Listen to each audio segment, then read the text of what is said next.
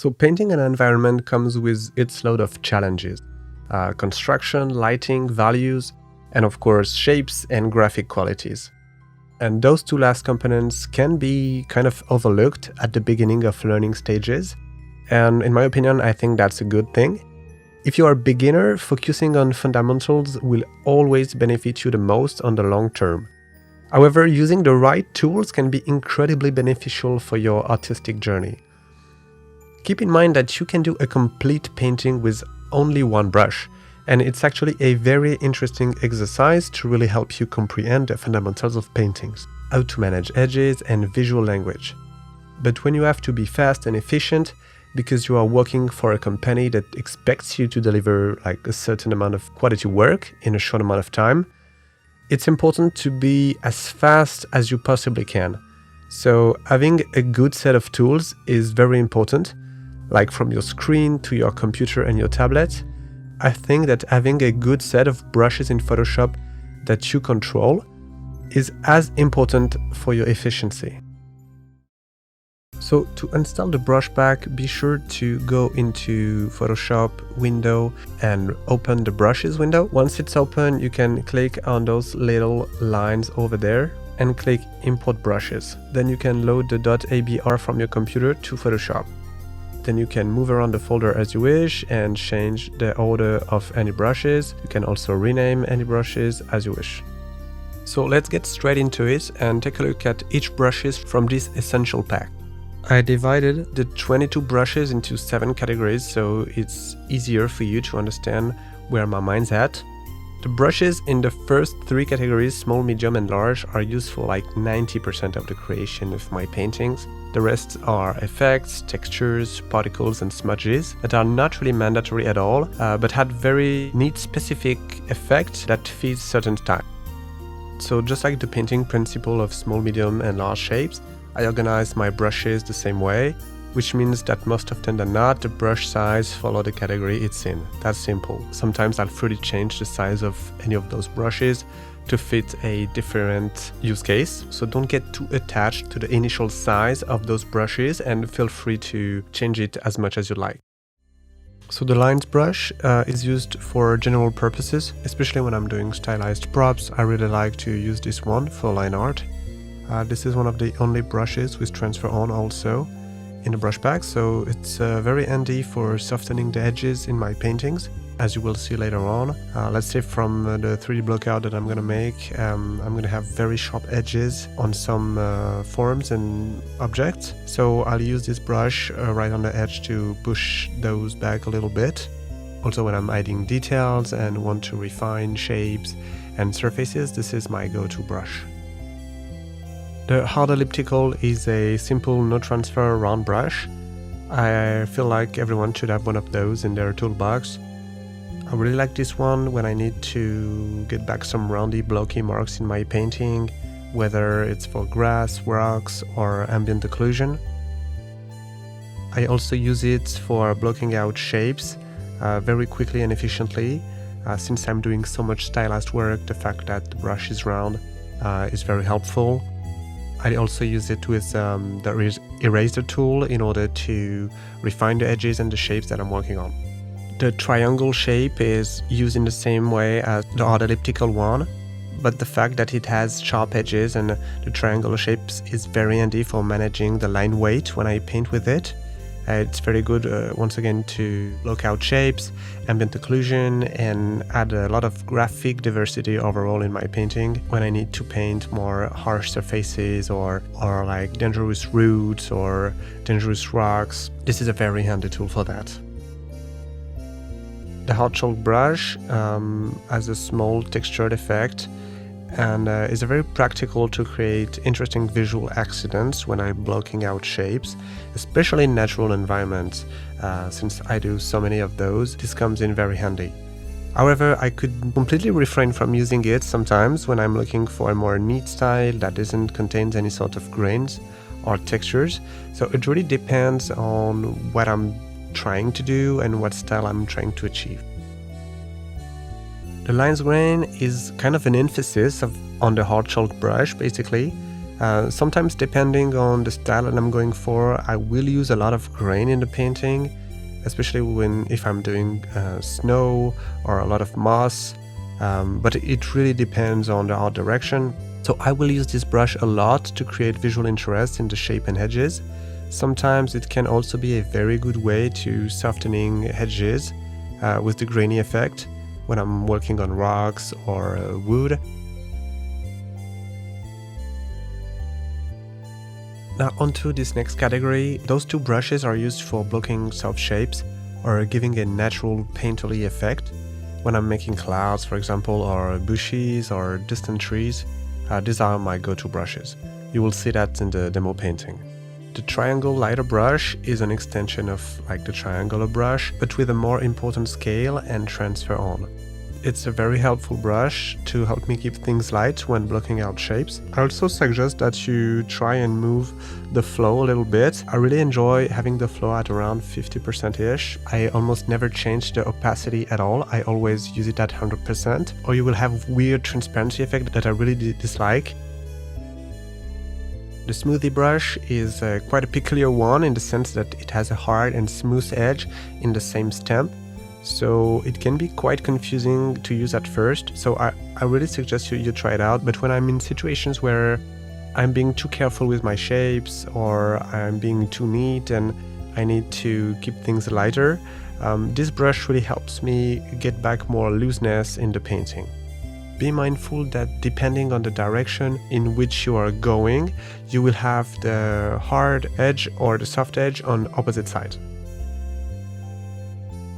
These ones are very basic, but having large atmospheric brushes is very helpful for managing values and mood. I really recommend you to have at least one of those in your kit, since this is so handy. The soft smooth brush is like a very basic brush. The setting on this brush, however, must not be changed. Don't use pen pressure with this one, or this will make this brush useless basically. You want to have very large brush stroke, and the lightness of your touch on the tablet will only influence the level of opacity of the brush. Even though a large smooth brush like this is really a synonym of made in Photoshop, if I can say, I still find this tool very useful, especially when you are in earlier stages of painting. I use this to set up the mood and push back values and really manage the different plans like the foreground, the midground and the background. And of course I will always suggest that you come back later and paint more naturally on top of those brush strokes, but you will see in the demo painting how I use this very often to really manage my values. The soft noise one has the same use, but the small noise addition can be very handy to get rid of that Photoshop-y effect that we talked about in some situations. Also, depending on the art style you are going for, if you want a lot of noise in the painting, this one will be very helpful. If you want to suggest that there are a lot of particles in the air, I would suggest that you try this one instead of the soft smooth one.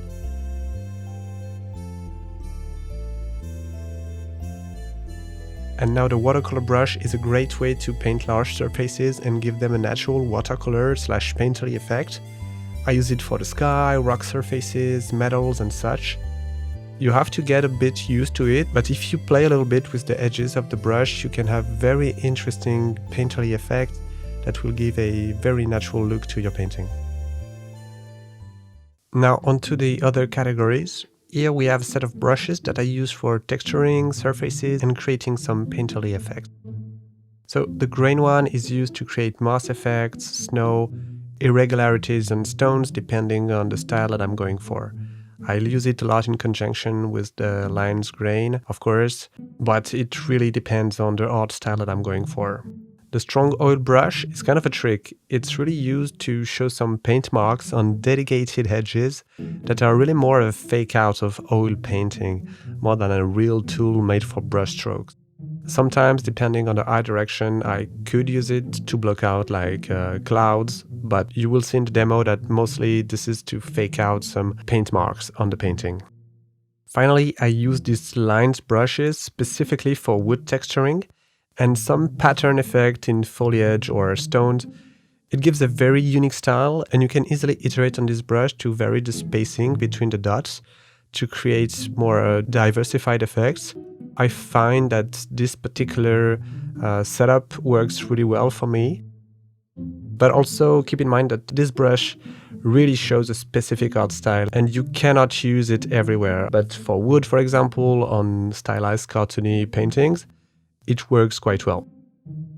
Now, I'm very fond of this particular category, the particle effects. It's a very simple trick achieved by augmenting the spacing between the stems of the brush. And once you understand this, you can create literally any pattern that you deem useful and add it to your own collection. So I'm going to demonstrate the ones that I like a lot and that I use in this brush pack. So the circles one is used to create like flowers, floating particles, sometimes far distant birds very rapidly. Also in conjunction with color dynamics and the apply per tip parameter, you can quickly create variations of colors on each stems and be very efficient with your particle painting.